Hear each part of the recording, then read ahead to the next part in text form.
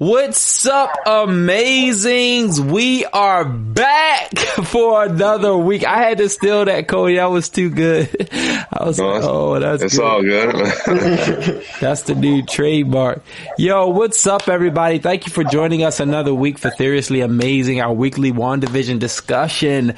And we are so excited to talk. Well, I'm excited. You know, I'm pretty excited to talk about this one because this was like a super fanboy episode. Like every episode just been increasingly for nerds. Like it's just been wild. So I knew this episode was going to get you. What'd you say? So I knew this episode was going to get you. Yeah, it was so much good stuff, man. Let's hop right into it. We know we ain't gonna drag our feet. Let's hop right into this. What are your initial thoughts? Like, let's just start discussing this thing right off the bat. So I know I was talking with Amber beforehand, and Amber had a lot to go in on the episode. So I just want to hear where Amber's about to take us real quick on her thoughts on the episode. The good, the bad, and the ugly. Right off the bat, I thought it was good. And I liked how it ended, but I mean, it was kind of boring, which is weird to say. All of the 90s TV shows it reminded me of, that was great, and all of the reveals that happened, that was great, and the action that happened, but I don't know, you know. It was good. It was good. Well, you say boring. It was good, but it was boring. Right. No, go ahead. Yeah, so, I don't know. That's what I was about to say. What? You know, I was saying earlier, you know, maybe I'm like becoming addicted to Marvel or something, because, you know, maybe I'm expecting like things to be like really big all the time and a lot of, you know, shooting and, you know, stuff getting destroyed, as if I haven't been doing this, you know, as long as they've been putting these movies out, and now with the TV shows, I don't know. I just thought it was kind of boring. It was a fine episode, fine Halloween special. It was fine. So are you comparing this episode to other Marvel movies or to like the other WandaVision episodes? Right. That is the question. I guess I'm comparing it to other Marvel, like to Marvel movies, which I shouldn't. We're on episode 6, so you know, maybe that's what it is. Trust me, it's paced well. You know, that's just how I feel. I thought it was kind of boring, but it was just fine. Yeah, would you say it was more boring like than previous episodes? For sure. Like it was not as action packed as episode 5 was, the previous episode. That's interesting. I thought it was actually more action. I mean, it sounds like you thought it was more action packed. Yeah, in some regards. How so, Justin? We had our first official fighting scene. Was that little fight with the FBI agent? Yeah, and you know, I mean, you haven't had fighting anywhere else in the series, really. So I don't know. It seemed like it was more. Technically, that wasn't a fight, though. No, those guys got jump scared and then beat up. That wasn't a fight. Pretty much, it wasn't a fight. When you get your face punched and stuffed in a locker, that counts as something. Not a fight. That counts as abuse, not a fight. Right. It counts as assault in America. Okay, so we got Bori. Okay, what about you guys? What were your initial thoughts on this episode, or your general thoughts? Jay? Well, after watching the episode, my initial thoughts were, Wanda's awful again. You know, it just keeps getting aforementioned. She's forcing even kids now. We've seen the children. I'm not happy about how the children are doing, because if the adults, you know, are having issues with pain and stuff, imagine how the kids are going, especially with the super young kids who are like 2 and 5. So I was a little upset, to be totally honest. Really don't like Wanda at this point, especially when she doesn't even allow everyone to have their own frame of mind. She just kind of puts them in the forget Pyle if they're too far away from her. It's a little bit scummy in my opinion. Surely hope there aren't no starving children out there. That'd be sucky. Yeah. Yeah, you know. Here's the thing. Can Vision get some of that blame? Nope. Son? How? Vision is a saint. Why? But Vision, okay, now Vision's the same. But Vision puts his hand on people and sets them free, and then he puts them right back under the spell. It's because why is he not a bad guy too? Because Agnes was quite literally having a mental breakdown. He probably just wanted to put her back there to keep her, a little bit calmer. She wouldn't have had that mental breakdown if not for Wanda. Okay, so to avoid a mental breakdown, you can put him under the spell and everything's okay. Just like the dude at his job. He had set him free, he started talking to him, and then he put him back under the spell. He has to get the pieces going, okay? He's got to get things going in motion, and for the time being, putting him back in that state, just let him think. Also, I shouldn't have said Agnes. Agnes was a terrible example because Agnes is sus as crap, just like I knew she was. Definitely. Yeah, we're going to get to Agnes, definitely. She phony. She was all. But finish talking about what your pros and cons about the episode, son, or what you like, what you thought about it. Oh yeah, I thought it was a pretty good episode. Seeing Pietro's new character, the actor of Pietro, I thought he was doing pretty good. Like he's doing a good balance of the zany show, like the sitcom brother type, to being serious, and he's kind of weird. I don't know what to think about Pietro right now. I think he's also kind of phony. I think he's phony too. Like he shouldn't be there, but he's placed there, and he knows he's not supposed to be there, and he just keeps shattering the fourth wall like Agnes does. So I think they're in the same boat. But overall, I think the episode was really good. Okay. Yeah, I mean, I liked the episode myself. I wouldn't consider it it really didn't have any action in it. That little FBI fight scene for me wasn't anything. That was like 2 seconds worth of throwing some hands but it was good. It was it felt like it was a bit slower, but it was a good slow for me, because you're trying to see how Quicksilver is interacting with Wanda and his nephews and Vision in the world, and trying to figure some things out on that end. And then Vision goes on his watch patrols, neighborhood watch, but he goes exploring, trying to figure out what's going on. And there was some pretty good reveals as to the state of Westview inside of the Hex, and I thought it was pretty cool. It was informative for me. But it does leave me with questions, and it leaves me with a few new theories, though. Yeah. Well, yeah, I mean, I'll just share my thoughts, and then let's jump into theories and thoughts. 'Cause for me, honestly, this was probably my favorite, if not my second favorite episode, which I know is kind of kicking against the grain because, y'all was like, it's not that much action. But for me, it just kind of like really just solidified a lot of, well, at least for me, a lot of the stuff that I was thinking. Like, where I thought was the direction I thought it was going in, as far as, Wanda and mutants,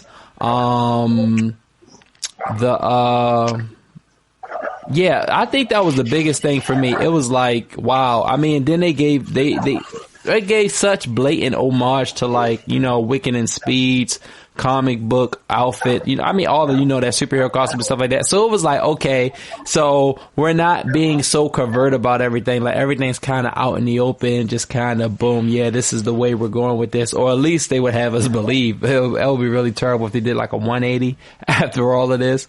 But for me, so I was really pleased with it, honestly. And, I don't know. I don't have a lot of complaints because I don't really expect this series to be, I guess, action packed. For me, I'm not looking for action. I'm looking more for story and more for the setups that they're doing and how they're going to integrate into the next phase, with the mutants and the Fantastic Four and all these newly acquired properties. So for me, WandaVision is doing exactly what it's supposed to do. So I was really pleased with that episode. And me and Leviticus were geeking out, talking about all these theories afterwards. So I liked it. I loved it.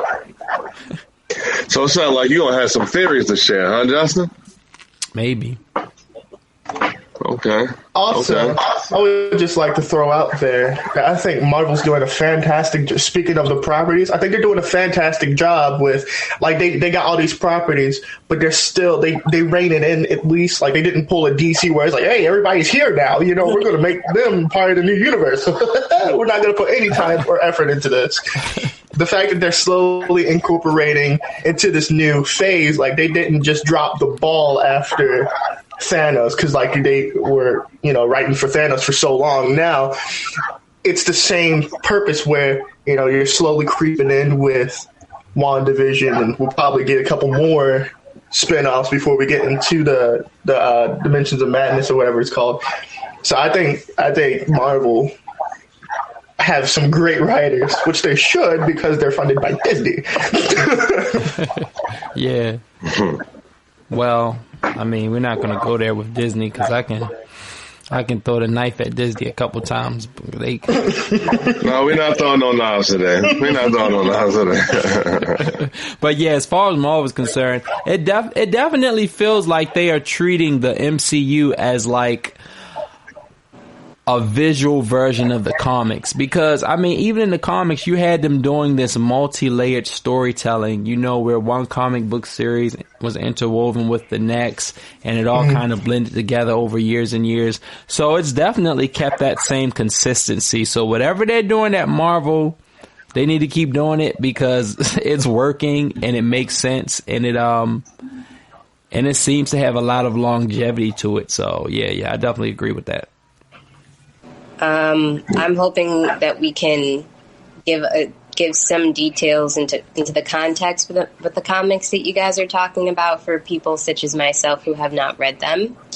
I just want to say quickly, Jim, I think that's a great point, because we did see in the past with the MCU movies that they really took their time. I mean, you guys say that it's reflective of like what happened with the comics, so I think that's really great. And I think also just it just shows like a lot of strength with storytelling, which, you know, for whatever you can be critical about, it really is a really great thing that MCU continues to be really strong with. So I'm looking forward into the future, seeing who the big bad actually is, you know, now that this is post Thanos snap and everybody's returned, and, you know. Yeah. I'm just hoping they don't fall into a cliche, because, you know, because I hope they're not setting up, well, I guess I say it like this. I hope it's not just another, oh, look, who's the next big bad. I want them to kind of take a left turn, because that would be a little bit too predictable. So I hope they're not just like setting up one big bad, but like more like, I don't know, whatever they're setting up. Just hope it's not. I don't think all events have to necessarily culminate with one main villain like the Thanos event. I mean, it could, but I think it would just be a bit repetitive. No, but here's the thing, though, Justin. On that note, that's why you have all the other smaller stories with the different characters that's not this one big bad. You know what I mean? Like if you have a Spider-Man or a Doctor Doom or these other individual movies and shows that come out where one or two heroes deal with it. But Avengers usually deals with world-ending catastrophes. Mm-hmm. You know, that's why the Avengers come together to deal with world-ending catastrophes. So I think it would make sense to introduce a new big bad, somebody that would either rival Thanos or be even on they would pose a different threat, but still significant enough where the Avengers have to come together to defeat this. Other than that, we don't need another Avengers movie. You know what I mean? Because like if Spider-Man and the Punisher can handle it, we don't need an Avengers movie. Like, right. No, I get it. I guess I'm just trying to say, I hope it's fresh. You know, I hope they do it in a fresh way. But yeah. Anyway, so just talking about the episode. So of course, you know, and I know you wanted to get into some theories, but I guess let's discuss the episode just a little bit, because, you know, so we had, you know, an open. Hold on. You didn't. You were talking about how the comics were interwoven, and then how the MCU is doing their stories. And Amber was wanting a little explanation on that. Do you have any examples of how the comic books did? And I mean, not any specific comic. I mean, just kind of if you look at kind of like how the comic storylines have all kind of played a part in one. All right, so for example, I would say the most recent example that's just fresh in my memory was the X-Men House of X comic series, which was partnered with the Powers of 10, even though it looks like Powers of X or whatever. Powers of X and the House of X series. But those two comic series basically took a lot from the history of the story of the X-Men. So it wasn't like they were creating an entirely new story. It was more like, it was kind of like WandaVision, where they kind of got a little bit of, House of M, where Wanda basically destroyed mutants. Well, she, at first she had given everybody their wishes, and then again she wished mutants out of existence, and then they kind of playing in the other comic series. I forget what it's called, but it was one where Vision and his android wife, they had like this artificial family and like other little storylines. But basically the House of X and the Powers of X-Men comics, they took like the general X-Men story, which was X-Men are outcast by humanity. Humanity wants to defend itself out of fear, so they end up creating Sentinels. Those turn into Super Sentinels, which eventually creates the ultimate Super Sentinel, Nimrod, which can basically just eradicate mutants. They took that same storyline, which was always like the X-Men storyline, but they did it in such a way where it was like, wow, like you took the best parts of those characters, but you brought them like completely new life. Like what they did with Moira McTaggart, like that was completely new Moira, but still kind of like she played the Moira part. You had Magneto, classic Magneto, but then they did this spin on Xavier where he was almost similar to Magneto, but it was still Xavier, but it was like a really, really fresh and unique Xavier. So it was really, really good. But you just saw how they took years of who people knew those characters to be, but they did it in such a fresh way, in such an amazing way, where it's like, wow, we had so many like homages and Easter eggs to the previous X-Men comics and storylines and stuff, but it was still really, really, really fresh and stuff. So, I just think that like that's what the MCU has kind of done too. Not just with the comics, but like between movies, they've kind of taken that storytelling where like everything is connected to the next thing, in a very good way. I'm probably not explaining as well as I can, because, I'm not like a super, super comic nerd, but I just know from the comics I've read and the comics I've read about, is like all the storylines just kind of lined up and everything falls into place really well. So, I hope that makes sense a little bit. It does. JM, do you have anything to add? No, not really. Yeah, that was. Thank you very much. Yeah, that was pretty good. Yeah, no problem. So, getting into this episode, we had, so, first of all, Malcolm in the Middle. First of all, that show had to be one of the best shows growing up. Oh my gosh, like, I want to go back and watch that series just because of this episode. Like, that was too good. I felt Malcolm in the Middle. Like as soon as they entered the house and the boys were doing like monologues to the camera, I was like, oh gosh, immediately. And then they had the wacky brother, and I was like, oh my gosh. Yo, that was too good. I was like waiting for somebody's nose to start bleeding out of stress. Oh snap.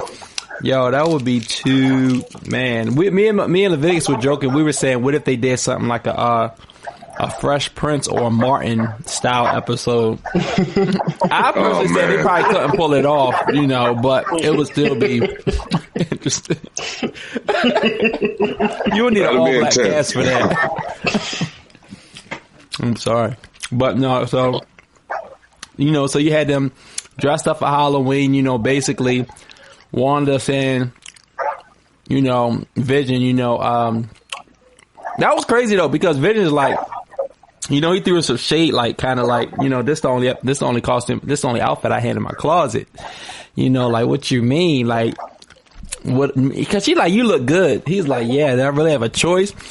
So, you know, you got my boy Vision wilding out, man. I'm really, what were you about to say, Amber? Oh, I just said it's awesome.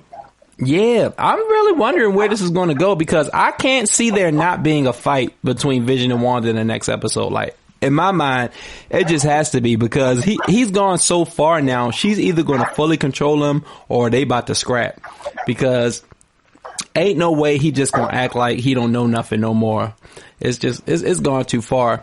But, you know, so you had this whole Halloween setup. I don't know. Let's just talk about this episode. Let's talk about everything. You had a Halloween setup. You had children, okay, in the episode.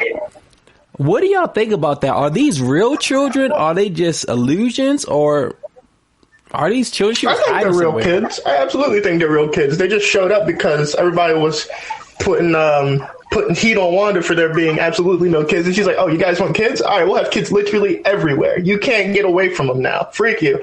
It's like they're literally everywhere. Mm-hmm. Jam, I feel like you can read Wanda's mind. You're like so sure. You're so yeah. They think so much alike. That's the problem. Stop it. Well, where's she hiding these children then? You know, where's she hiding children? Yeah, or why? Because other people's kids are annoying. Why would she want them around? She's got her own kids to deal with. She's probably hiding them. They were just turned off in everybody's basements. You know, they just rounded up and like, you ever see I Am Legend? They're like the Night Walkers in I Am Legend, just all of them in a huddle in people's basements, just in the corner, sleeping, standing straight up. Oh snap! What you about to say, Cole? No, you know, trying to take it a little bit more from the beginning, right? And you see Quicksilver interacting with the kids and Vision pretty much commenting on him, you know, being good with children, almost like nodding at him being kind of childish or whatever, you know, drinking soda out the side of the can. He's just having fun with his nephews. But after Vision left and then Wanda turns around, what's y'all thoughts about her letting out that scream when she sees her brother standing there in her face? It was sad, you know, as it usually is when she just like opens her eyes and like sees dead people, you know, who's like actually dead. But I thought it was good for her, you know, like her vulnerabilities, you know, that she's not impervious. I just need to be reminded of that as an audience member, and that, you know, when things happen unexpectedly, that you break her heart, you know, she is going to be emotive. But she didn't really respond. She had to wait for him to say something really sketchy for her to do something. But of course, you know, it's a half-hour show, so the scenes do move pretty quickly. There's just a lot of speculation that we can make about, you know, why she makes her certain decisions at the certain times that she does. Yeah, I think. So y'all thinking? So when she turned around, you're thinking that she saw him dead again? Because she saw him dead later on with the bullet holes. Later on, she saw him dead. But you think she saw him dead twice that episode? Yeah, I do. Okay. I need to think of that. That would be interesting. It could be possible. She could have edited it out the show. You know, she didn't want to see what she saw. Yeah. And then also all of that, you know, like with herself, okay, like she edited it out of the show, but she still knows that it happened. So it's like, why, Wanda? Like, and you know, how much of a burden are you gonna, you know, hold on yourself too? And just, you know, a lot of like, what are you doing? You know, I'm feeling like Jam. Like, what? Why is she like what? Yeah. I think it's boiling down. I'm starting to think more and more that Wanda, although she's victimizing, she may be victimizing partly by being a victim herself. You know, I'm thinking that she's partly a victim herself, and it's not excusing, but you're a victim, so you can. I'm not excusing that, but I'm thinking that she's partly a victim herself. Just in this whole scenario, like even she doesn't know how a lot of this stuff has happened to herself. She knows she has some control over some things, but on a whole, she really doesn't know. Like he's asking, like, well, when she was talking to her brother, and he's like, well, look, I think you did a good job. Like, how'd you do it? You know, as far as taking over Westview, you know what I mean? She doesn't really know.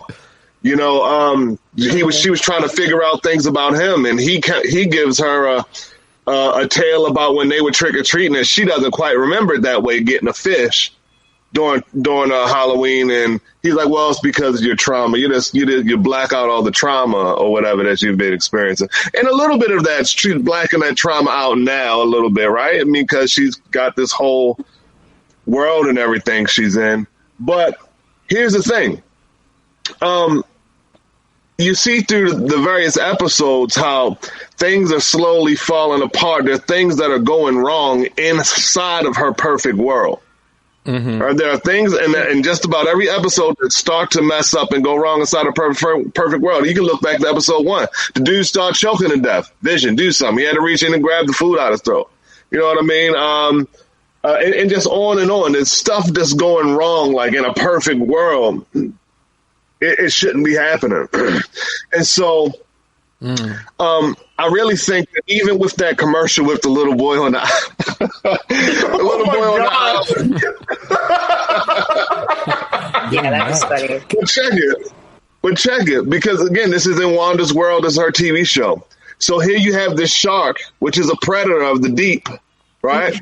Come up and offer this little boy who's on this island all by himself, starving, lonely, offers him a yogurt or whatever, right? He doesn't offer to save the boy and take him back to him, get him off the island, swim him back to safety. Take some yogurt, this, that, or the other. And then the little boy, for days, is struggling to open the yogurt and turns into a skeleton. Yeah. We remember Wanda saying herself how she just felt empty, hollow inside, you know what I mean, by herself. And, you know, so could that be a nod to what's really going on inside of her? You know, she has this world, but so it makes me think that somebody offer her this somehow. You know what I mean? But I don't want to go too far because I have a little bit more as far as with that whole offer thing and different theories there. But I want to hear from some other people before I even go down that road. Yeah. Yeah, I thought the yogurt commercial was so funny. A couple of them were like pretty problematic to me just for historical, cultural reasons. Like the Tony, like the Stark Industries, you know, weapons making company now making like household products with like the toaster. You know, that was zing, you know. And this, of course, you know, was another one. And, you know, and it's like for kids marketed toward children for them to eat it.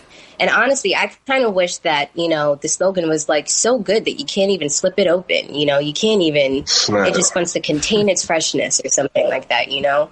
And honestly, like those commercials in the 90s, like they were wild.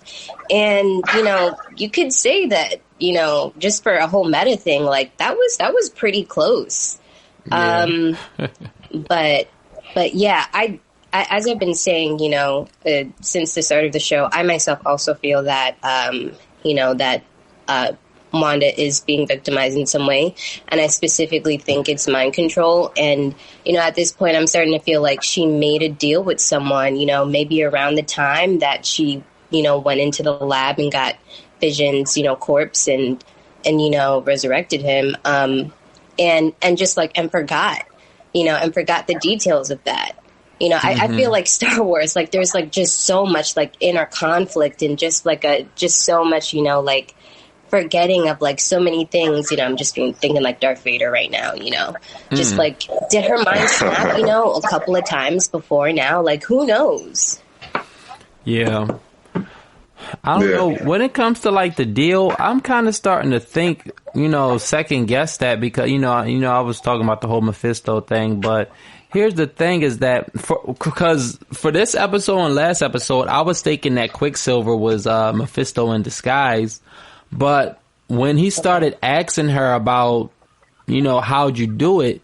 It was suspicious because I'm like, okay, in my eyes, this ain't Quicksilver. This is somebody disguising himself as, whoever this is. For what reason? I don't know. And where they came from, I don't know. And why they chose the appearance they chose, I don't know. But he was way too suspicious, asking way too many questions, knew way too much to just be, Quicksilver. But if he is Mephisto, that still doesn't make sense because why would he be asking her how she did this if he was a part of the deal anyway? So now I'm kind of like all over the place, like something's going on. Quicksilver is definitely not Quicksilver, but I don't know who he is. And if she did make this deal, with whoever, where are they at? How are they involved? So I don't know. I'm kind of like, I got so many questions right now. This episode. Go ahead, son. You have anything to add here? I know you got something to add, son. Not right now. Not right now. Okay. I guess I'm kind of hopeful and holding on that it is Quicksilver, but again, from a different reality. Wanda's powers, whenever we've seen Wanda, we've never seen her powers used to this magnitude before. And so she gets snapped and then she comes back and she's wielding massive power like this to take over towns and everything. Like, she could have had some grooming somewhere along the line. She could have. Don't know. Because I know in the comic books, Wanda has somebody who she was an apprentice under, to kind of taught her and kind of helped groom her up. But I know that they don't do everything like the comic books. Mm-hmm. But I think it's pretty interesting. And I'm still, I'm kind of, is it safe to start talking about a few theories now? Yeah, it might as well go wild. Because I'm kind of looking at just a couple things here. So Jam was a big advocate for Agnes. Agnes, in loving Agnes because she's causing all types of havoc in Wanda's perfect world, right? Right, son? Am I right on that? 100% Agnes' best character. No, just joking. And so there's a character that can be played with any way Marvel wants to play with, can be made any gender Marvel wants to make them, because the gender swap and all that stuff can happen, especially with the lesser known characters. It doesn't really matter. There's a character from the comic books years and years ago that's named Master Pandemonium. And now Master Pandemonium was like a little fake Mephisto. And he wasn't Mephisto, but he had demons working in and out of him and things of that nature. And he actually stole 2 shards of Mephisto's soul. And and he tricked Wanda into believing that she had kids with Vision. And that's where her 2 children come from. It's shards of Mephisto's soul, the real Mephisto's soul. Pandemonium was responsible for that. And so it could be, as Jam is saying, that Agnes is actually Pandemonium, because every time you see Agnes, something goes wrong. Something has gone wrong. Even when you look at Vision going through the town, and the further away from Wanda, things start getting messed up. You start to see first the glitch, the lady, but then you see a single tear rolling down her eye. Then the guy in the background, it was just like it was on repeat. It was too much processing power the further away you got, so it was just repeat. Then you get even further away than that, then people are just frozen. They're not moving. They're not doing anything. They can't even talk, right? And they even noticed that from the shield base. They were able to see people just like standing there in, not the shield base, the sword base. They just noticed people standing there, not moving or anything. And that could be where a lot of the children were. Maybe a lot of the children were on the outskirts of town while just a certain few people were in the main parts of town and they were out there frozen. But so then he keeps going, Vision keeps going even further away from Wanda, and then he gets to Jam's girl, Agnes. who's sitting in the car. She was driving away from the Wanda, but she can function. She can talk. She was a little confused, but she could still, at least she was, unless she was pretending, but she still had some of her modalities to her. You know what I mean? And then, Vision touched her mind, and then she's like, oh my gosh, you're Vision. You're an Avenger. Oh, what's that? Am I dead? What do you mean? Why would you say that? Because you're dead. And so here she is. He touched her mind, but yet she's disrupting things because now Vision's going to go back. Am I dead? What's an Avenger? You know what I mean? Like, what are we talking about? And so, again, here's your girl, Agnes, which could very well be Master Pandemonium, creating chaos inside of Wanda's perfect little world. Mm-hmm. That's just one theory, but I want to hear somebody else. To add to that, when Vision touched the dude's mind in the office, he didn't know what the freak was going on. He's like, whoa, what's this? Where am I? Yo, who are you? What? It hurts. Agnes, though, is like, hey, you're like, she immediately snaps and just like, hey, you, Avenger, you're dead, you're dead, you're dead. Right. You're like, she's just hammering that point in.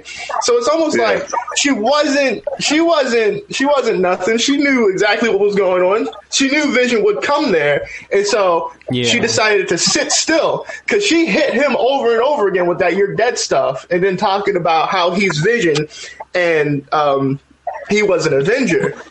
Unlike the other guy who didn't even know who the freak he was at the moment. He's just like, yo, I need help. This hurts. She ain't say none of that. And then when he gets his mind, when Vision taps her mind again, Justin had said this earlier, I didn't even put two and two together, but she drove away when her mind was set. Yeah. Quote unquote straight. She drove away. That far away from Wanda. Right. She man, Agnes, we see right through you, child. She bluffing. No, yeah, that's good points. I really like that theory, Cody, because I think regardless of like whether they call her Master Pandemonium, she's definitely playing that type of role because it's almost like, she wants this dimension to fall apart, but only in a certain way. Like she has some sort of agenda because you remember she was trying to get Herb to shut up about, Monica Rambeau. For what reason? I don't know, but I remember that episode Monica was with the kids. So maybe Agnes has some sort of interest in the children because it just seems like too many things are connected. Like she didn't want Herb to tell, Vision about about what was going on because Monica was in there with the kids. But then again, wasn't she the one who said she doesn't have a house? She doesn't have blah, blah, blah. Mm-hmm. That's really weird. It's like she's sowing back and forth. Like she's a sower of discord. She's really suspicious. And then she killed the dog. In my opinion, she killed the dog, which would have directly affected the kids. She wants those kids. She was there when they were born. She sprayed lavender on them for God knows what that did. And then they grew up like right after that, after she sprayed the lavender. So it's and even before she sprayed the lavender, bro. Remember she was about to deal with him, and then she's like, "Oh, you want me to do it again? You want to take it from the top?" And the kids stopped crying before she even got to deal with him. And then when they just continued to where they left off, the kids start crying again. Then they start dealing with the kids. But she had some type of part to play in that when dealing with the two children. Yeah. Yeah, so she's the number one suspect right now. Her, the Mailman, and Quicksilver are like my top three suspects right now. The Mailman, interesting. The one who we hear like one line from each week. Mm-hmm. It was okay. Why is that? I think somehow. I'm reaching, but I remember in that one episode, Agnes was like, "Don't shoot me," or "Don't shoot the messenger," or something like that. Like almost like he's waiting for her to give him something.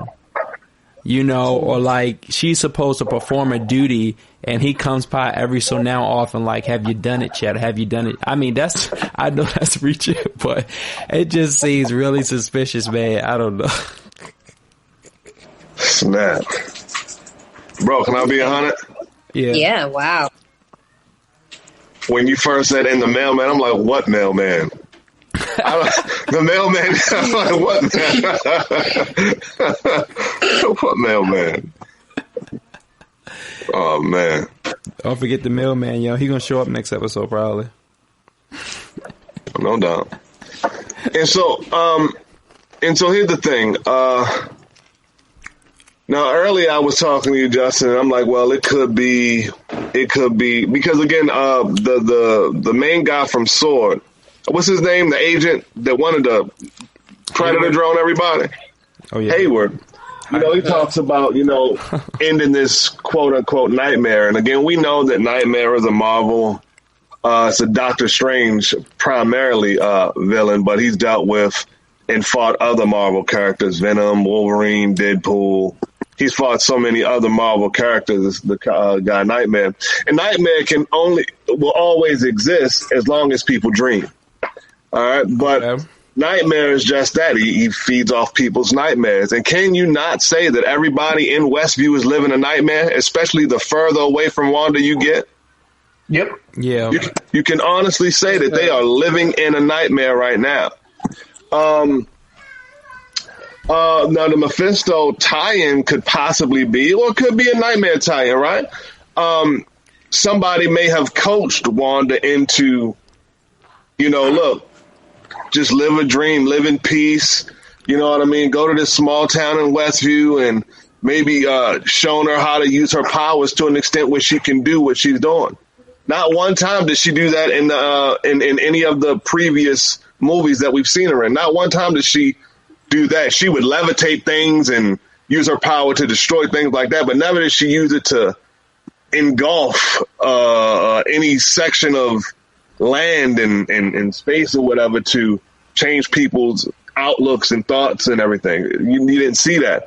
And so just like how the shark is that predator and how the little boy was on the island looking for something, you know, I think that maybe somewhere along the line that Wanda took a deal or was tricked into a deal, you know, because of her grief. You know, you don't have to be in this pain. You know, things can be better for you. All you have to do is this. You know what I mean? And this is how you can do it. And she just, you know what? Yes, we can do it. Because again, this all leads into, just from reading and understanding what the MCU, the direction they're going, this all leads into the multiverse of madness. Mm-hmm. All right. This leads into the multiverse of madness. And when you're talking about the different dimensions and you're dealing with Doctor Strange, Dormammu actually knows Mephisto. They are part of something called the Lords of the Splinter Realms, which is essentially hell. They're part of the Lords of the Splinter Realms, which, and I've done some research on this. They only met twice in 47,000 years. They've only met twice, but they're Lords of the Splinter Realm. And so we know Doctor Strange deals with that type of situation. You're not going to have Hulk fight Dormammu. You know, it doesn't make sense. Or Hulk fight Nightmare. Actually, Nightmare's given Hulk nightmares for years. You know, but with that whole tie-in, I think they could all be kind of playing in on this. You know what I mean? Especially if she's making her own reality.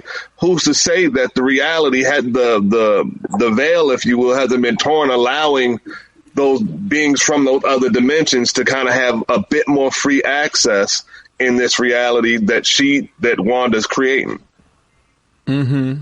Mephisto feeds on people's greed, their anger, their lust. He feeds on this stuff. What else? All of the things that people are afflicted with negatively. Mephisto feeds on these things. And so I can easily see how he could have a part to play in this. And I could also easily see how Nightmare could have a part to play in this. But I definitely think, regardless of those two, I think it would be a nice twist to throw that lesser known character of Pandemonium in there, in the form of Agnes, to really just mess up Wanda's world, you know, to bring her to her knees, if you will. Yeah. Or what? Yeah, I think, especially because we only have 3 more episodes left, 10, 11 and 12, like, whatever happens, this is the last act. I guess it's act 3, of the show. So yeah, that I mean, oh snap! It would be crazy. Lord help us. It would be crazy if I'm wondering though, what if, like, kind of tying what you were saying, Cody, what if it's like a conglomerate of all of them? What if they're vying for power? Maybe Mephisto and Nightmare and, Dormammu and Pandemonium are all trying to find out, and maybe that was what Quicksilver's question was, how, think about the questions that have been asked by these people. Quicksilver asks, how did you do it? Agnes asks, when the kids say you can bring back the dead, she was like, you can do that? It's kind of like, what is Wanda capable of? Because it seems it could be that there are multiple powers that are kind of looking into what's happened. Like, wait a minute, how is she accessing this magic?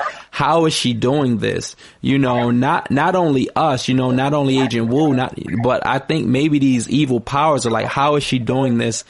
Because we need this power. We need to harness this power. We want to control her. We want to take basically her power. So it could be something like that. That would just be interesting. I'm just wondering though, is are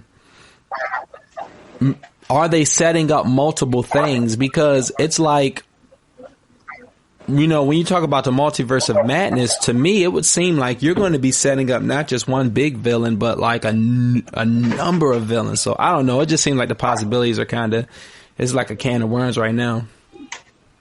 Yeah. They could be vying for power because even though they're on that whole Lords of the Splinter Realms, they do oppose each other from time to time. Just like any villain would. They oppose each other from time to time. And speaking of the stones, I forget the exact run, but this can be looked up. One run of Thanos in the Infinity Gauntlet, Mephisto was behind Thanos wanting to collect the Infinity Gauntlet so he could take the Gauntlet's power himself. Mephisto. And so it just depends on how they want to, the direction they want to take it. Because remember when you first see Thanos, right? At the end of Avengers 1, he's like, to fight them would be to court death. I remember this specifically because it's the one thing that I really, really remembered and knew about Thanos. And he was like, to fight them would be to court death. And he just turned and smiled at the camera because at one run with the whole, Infinity Gauntlet and everything, Thanos wanted to kill everybody because he was trying to please Death. In the Marvel Universe, Death was this female deity, and he was trying to he was infatuated with this deity Death, so he was just trying to please Death. So when he was like, to fight them would be to court Death, and smile, I'm like, oh snap, they're going to do it like that. But it seemed like they changed it a bit and made him more, this happened on my planet, so we're gonna he's just a little mad. He's just a mad titan opposed to this mad titan who's after this goddess essentially of death.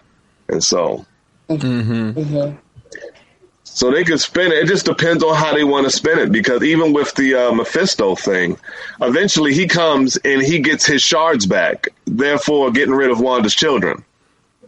Yeah. So it just depends on how they want to play it, which way they want to take the story, how they want to develop it.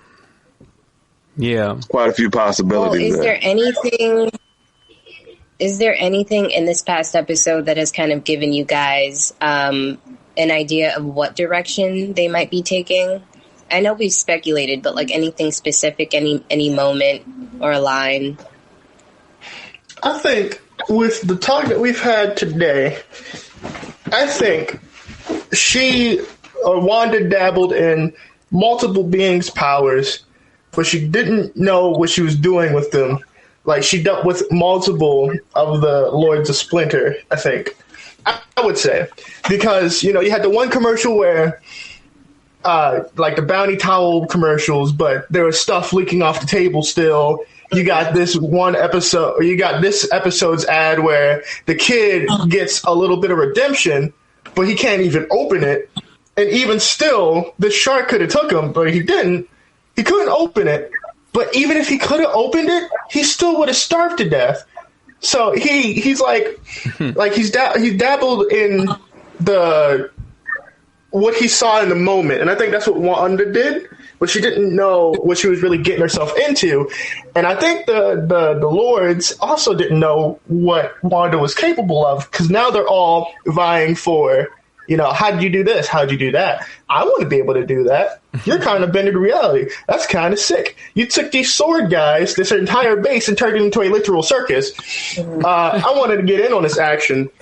And a thing about Marvel recently is they have gotten the rights to write comic books for the Warhammer 40,000 series. And what the big bad in the 40K universe are these 4 Chaos Gods.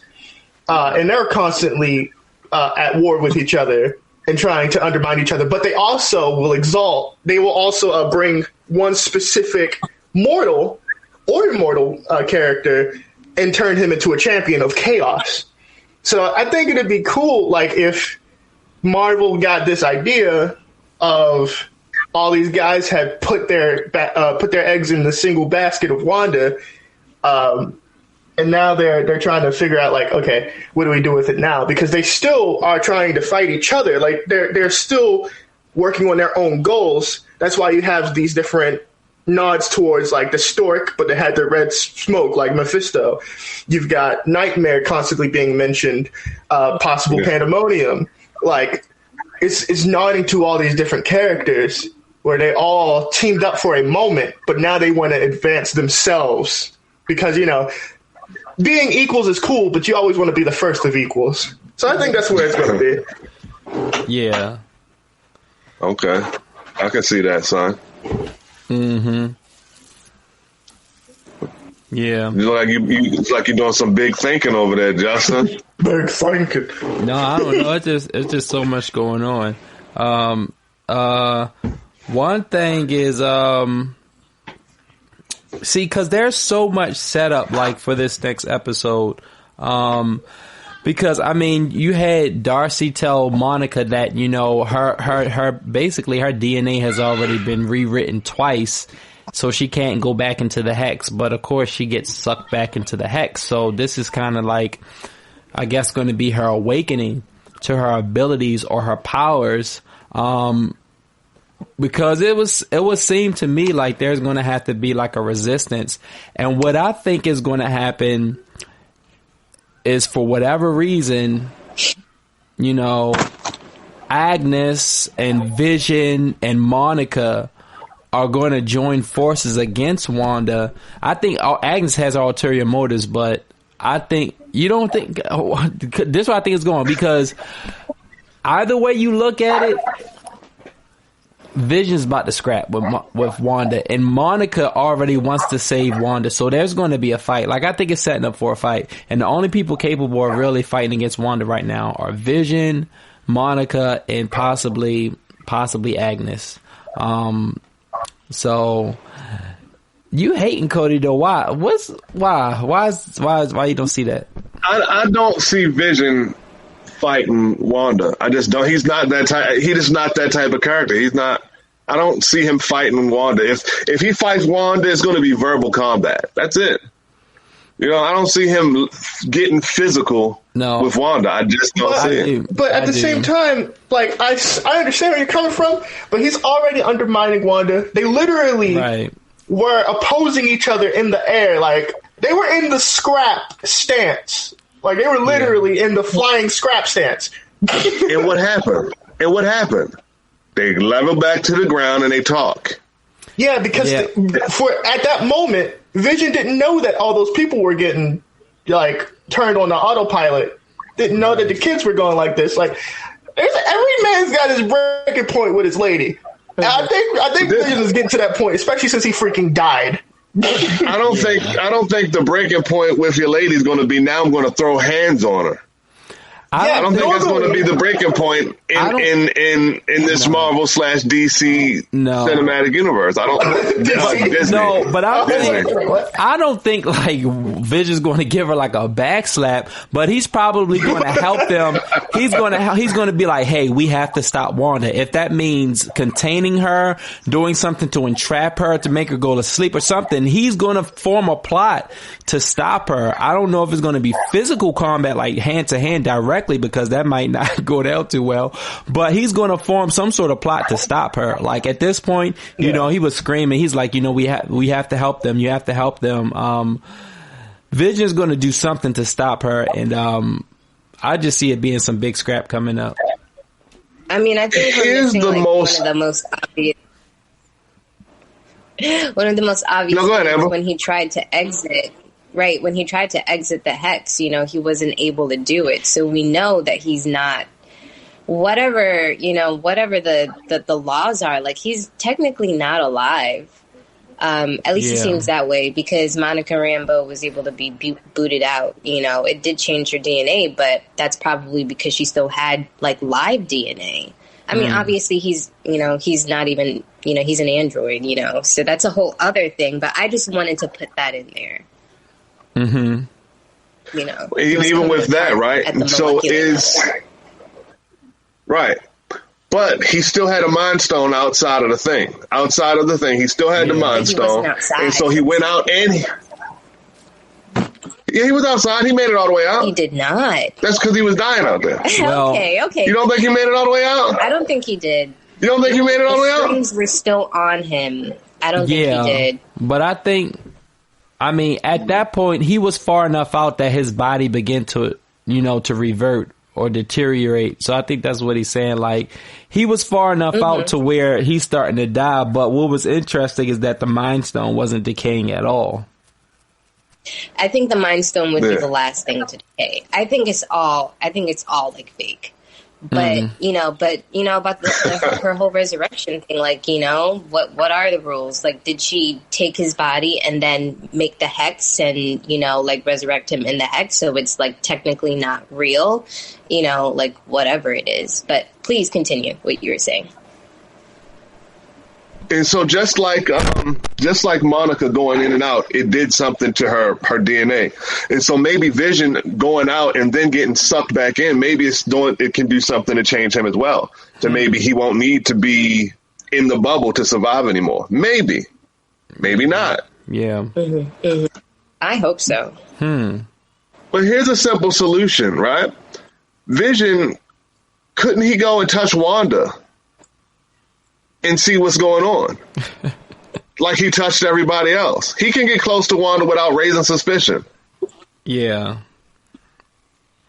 Well, touch her, see if there's something, and deal with it. I guess, but that would be assuming she's under a spell. I mean, I don't think she's under a spell. You know. I just don't know, guys. I just don't know. I think it's cool too that what they showed, because when you saw Vision's body the first time, there was no Mind Stone. Like there wasn't anything there. Like he had got killed. But when he walked out of the bubble and the Mind Stone was still there, it's like Marvel is giving us a little nugget. Like, hey, you know, he's got his own mind now. He's got a mind of his own. He's not just playing by the rules anymore. He still has that Mind Stone there, you know, his mind is intact again.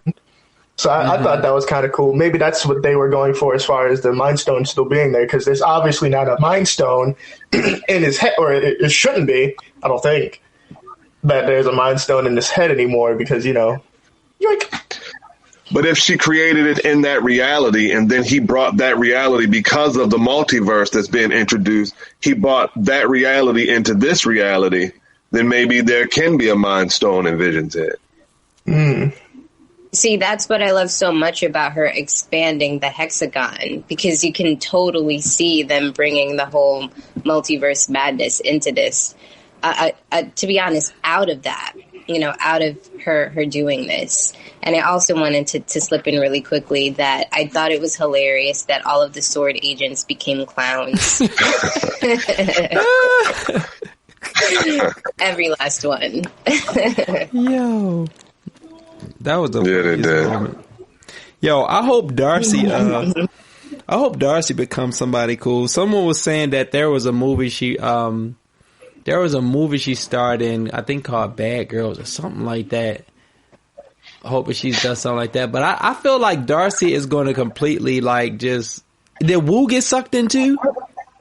Yep. Yo. I think so. Yes. Dude, they're going to be like the best parts of this show moving forward for me because they have so much personality. Like, this is going to be too good. Yo, Darcy and Wu, see what happens. And I hope Darcy gets powers too. I hope Wu... Yo, what if Wu becomes Shang's... what's that guy's name? Shang's... you about to say Shang Tsung, yo? Not Shang Tsung, but the guy with the martial arts who taught Spider-Man. No, that's so... No. That's racist. He was not about to become Shen. No. No, not Shen. They was talking about they was going to give him his movie. He has like... he's like a superhero in Marvel Comics, but he has martial art. He knows like all the martial arts. I know who you're talking about. I forget his name, though. I know who you're talking about. Yeah. I mean, that's really racist, but anyway, I just hope they get... I hope they get power. That's fine. All right, so let me ask y'all these questions as we kind of bring it to a wrap. Okay, so what character... Well, I know we asked this last time, but again, like, what character is still holding it together for you this episode? And, yeah, what was your favorite moment in this episode? All right. Well, for me, I like the kids. Tommy, what are they? Tommy and Billy. Yeah. I just really love their dynamic. I love seeing them discover their powers and then share their powers. Well, the positive sides of their powers with each other, just to have fun. And yeah, especially like when they were like out at the town square and they were just like running around together. I thought it was adorable. And a favorite moment, I guess my favorite moment would be when, while all of that's happening, after Wanda well, not kills, but after she hits fake Pietro, whoever this guy is, after he kind of reveals himself as being kind of sketchy, which we always knew he was because he just kept saying weird things. She and the kids try to find out where Vision is, and she just kind of scans everything, and she just like goes like, Super Saiyan mode, and just like she just like immediately just does the most extreme thing that is possible for her to do in this moment in order to save him. And I think that it will be successful. I mean, not in terms of like their relationship, but like at least his life. And I think they'll be fine, by the way, in the long run. Yeah. Oh wow! Wait, so you don't think she's gonna lose the kids, lose her boo, lose all that stuff no more? Oh, yeah, I did say that last week. I do think that she'll still lose the kids. But, I think whatever, like, is going on between, like, her and Vision, if he's alive or not, I think even if he's not, she'll have an easier time holding on to him than she will the kids, just because we have no idea, like, how they can even be his and who they could actually be, who the father could be. Like, I just think... whoever the actual father is going to make it really hard for her to keep those kids. But Vision is always going to be by her side. And I could be wrong. Yeah. Jan, what held it together for you? Still Agnes, still Vision. Fun fact, I was watching this episode with my dad, last two episodes we watched together, and when Vision started to crumple, for some reason, I almost cried, and I had to, like, smack both of my cheeks to keep it together, because, like, I don't know what happened to my emotional scale, but it went from, like, 10 to 46 out of nowhere, and it almost got tears out of me. Oh snap! If I wasn't sitting there, he'd have been in there boohooing. He'd definitely boohoo. Yep. Dang, you really don't want to lose Vision, man. No, I don't, because like Vision's really trying his best out here to be, be a hero still. Despite the fact that he doesn't owe anybody this. He literally owes nothing to nobody. But he's still, like, even as he's crumbling, he's not screaming. He's like, these people need help. Why are you guys just standing there? And then he just crumbles. So yeah, it's still Agnes, because she's literally just great. I love Agnes. And it's Vision for me. Yo, I'm glad. Yo, you know what? That moment too. That moment struck me emotionally, but for a different reason. Like, that just proved, like, Hayward is 100% evil. I don't care what nobody said. I cannot stand that guy. He wants nothing. I think I was saying this last week, but he wants nothing except for the Vision's body. And now we know that for a fact. Like, he could care less whether Vision perish, whether the town perish. All he wants is that body. I mean, yo just want the body. Yo, he's so evil, yo. And it's like, yo, you know what? Another thing that came to my mind, yo, while we were watching this, I was like, yo, think about it, though. If this is going the route we think it's going, because you know how he said, we just focus on sentient weapons. What if Hayward ends up being the type of figure that, I forget what that guy's name was in X-Men, but the one, I think he had a son who was mutant, but he was so anti-mutant. And I think he helped develop the Sentinels. That's who Hayward reminds me of, yo. And I think that's what he's trying to do, because he's so anti-super, how he said superhuman people. Yo, this guy's so racist. Yo, hold on. We didn't even talk about that scene. Yo, how he come at my girl Monica dead mom, yo. This dude went way too far. Yo, I was done, yo. I was so dead. Yo, hold up. The whole time I was just thinking about Cody. I was like, oh my gosh, I remember Cody saying that this guy, he just has one specific thing in mind, and Justin, you just said what it was. And I'm just throwing this out there. Hayward, he's also one of my personal favorites because he's cartoonishly evil. He's just cartoonishly evil. It's great. He's like a jockey. I'm like, oh my gosh, yes. Blow up the kids. Do it.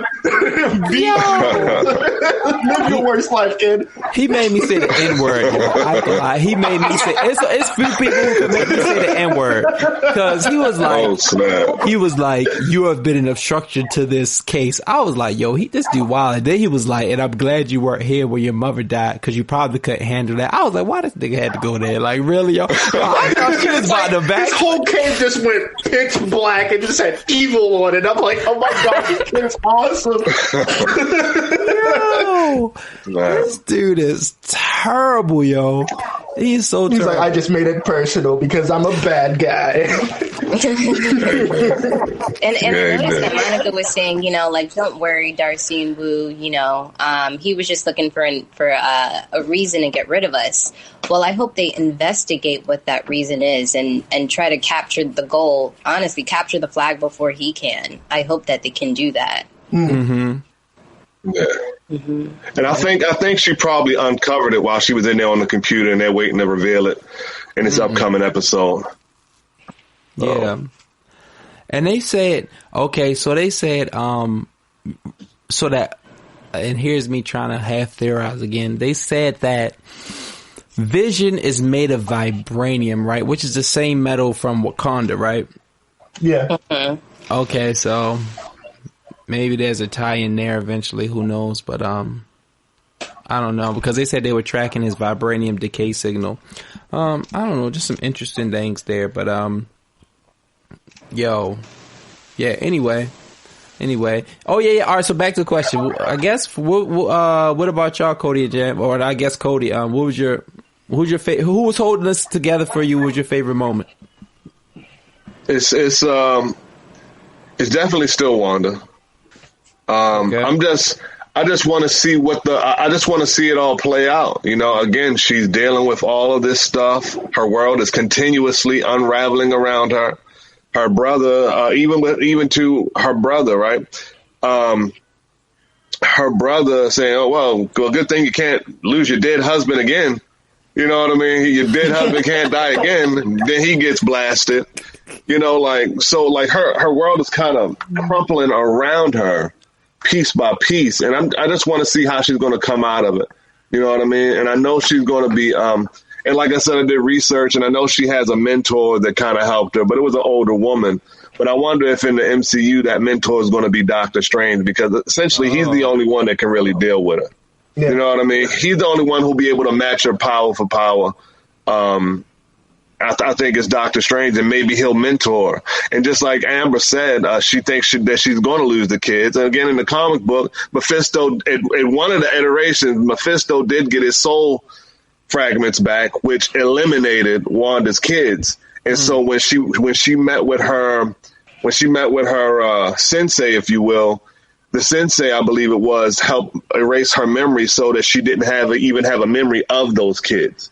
You know what I mean? And could that be could that be something that Doctor Strange helps her with, opposed to this other woman now? Could it be something that a role that they're going to fill with Doctor Strange? You know, just allowing them to tie in that much more. I don't know, but I want to see where it's going to go with Wanda, man. Because she does have a part to play in all of this. Mm-hmm. You know, so. Yeah, definitely. Definitely, man. Yeah, I think looking back, they're gonna, the characters themselves, whoever these evil guys, coming out of the woodwork are, moving into the madness. I think everyone's gonna look back and kind of see her as being like the touchstone of this next phase that we're in. Mm-hmm. For all of these reasons, for her history, and for her, like what's important to her, and what her weaknesses are, and things that people can use leverage on and have, obviously, to this point, making the hex and everything.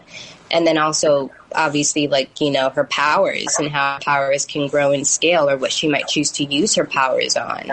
And how that may change with time, depending on what situations people want to force her into or not, if they just want to ally with her. I think she's going to be a really major touchstone for it. Yeah. Yeah, she's the Iron Man in the next phase. Yeah. So this is what I'm thinking too, Justin, because you said you think that Photon and Vision are going to team up with Agnes to take Wanda down. I think it's going to be more of at least Photon and Vision teaming up with Wanda to stop this greater evil than what Wanda had been putting out there. Wait, you think I say that because of the trailer.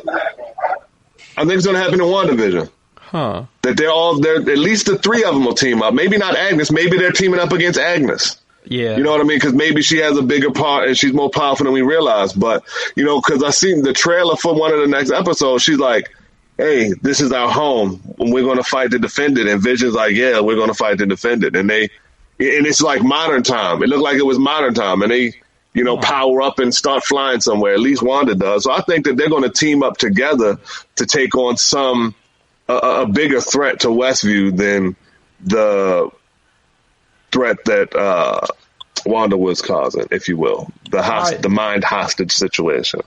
Yo, let me pull that up. We can do a reaction right quick. Okay. That was extremely laggy. It was like you were catching that in freeze frame. Yeah, I could. Well, you got it was basically a picture slideshow. Yeah. Yeah, it was a picture slideshow. I'm sorry, y'all.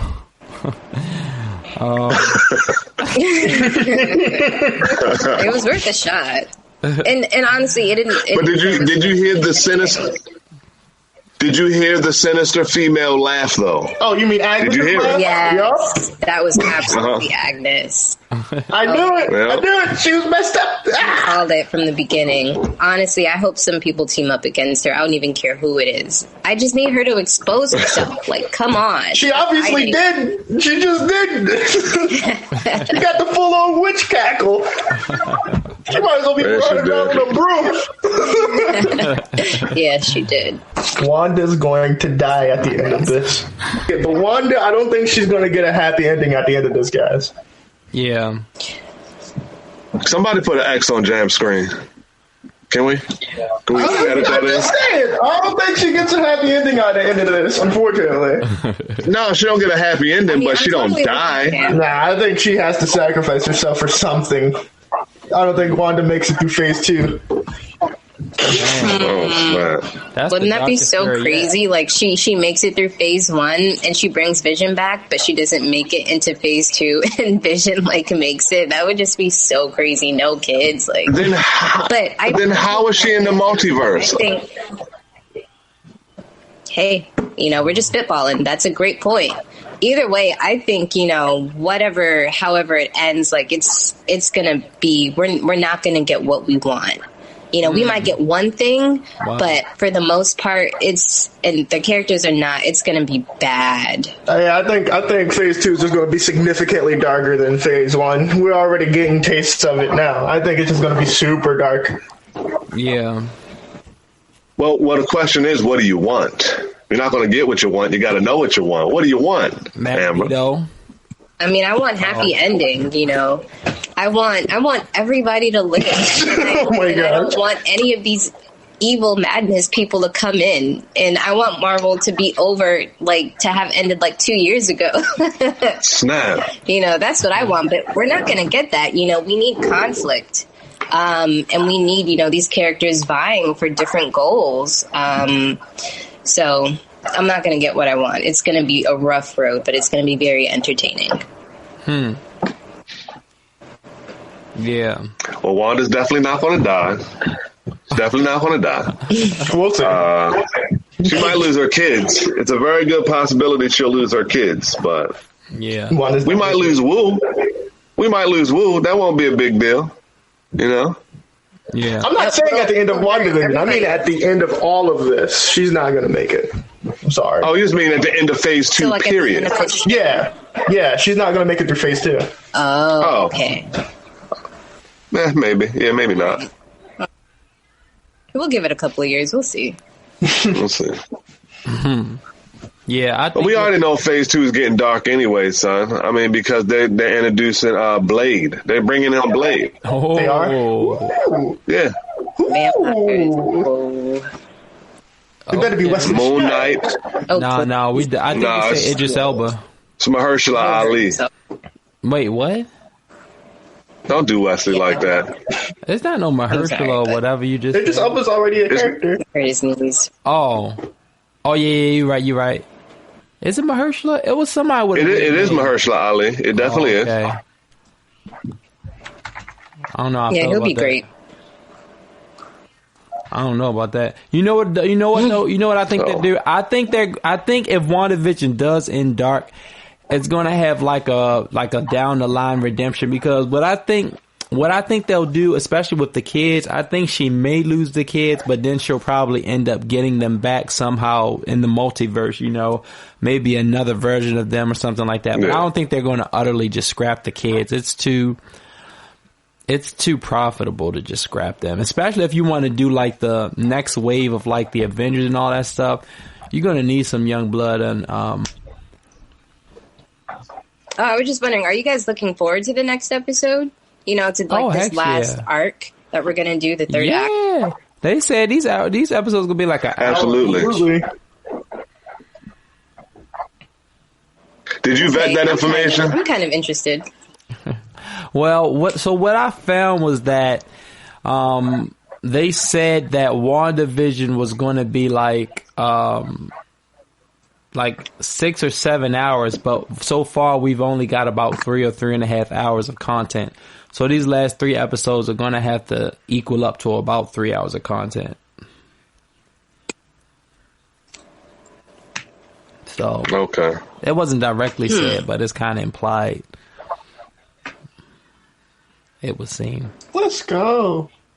Yeah, let's go, please. This phase is gonna be sick. Don't get our hopes up, Justin. You hear me? Don't get our hopes up. I just know they better be throwing hands next episode. We gonna blame you.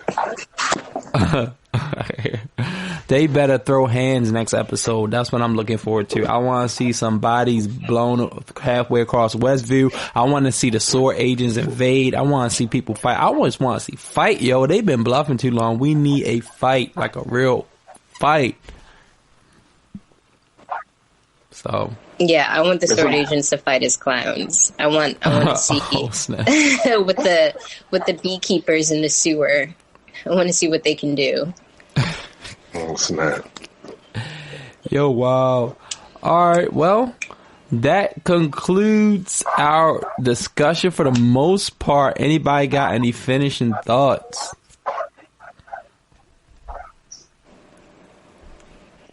Well, I'll just say I'm glad I started watching, because I didn't want to. I thought it was going to be weird and lame and just like, but it's very good and it's very well made. Yeah. So I'm looking forward to more. Excellent. No, I have nothing else to add, Your Honor. But to all the amazings out there, if you enjoyed this episode, don't forget to hit that like button, smash that subscribe button, and share. Definitely. We appreciate y'all. Jam, you got any final words? Nope. Yeah, The strong but silent type. My man. Well, we definitely appreciate y'all out there. Thanks so much for watching. Y'all make this possible. Let us know what you think is going to happen in the next episode. Are we going to get Photon or Spectrum, whatever they're going to call her? Is our boy Jimmy Woo going to be, what's that dude name, man? Is he going to get powers? Is Darcy going to get powers? Let us know what you're thinking. Anyway, we will catch y'all next time. And until then, Cody, you got to tell them. I thought you were going to say be amazing. Yeah. I don't know. What was I supposed to say then? That's what I was going to say. That's getting cut. Is it? That's definitely not going to be in the video. Being seriously amazing. Peace. Peace. Laters.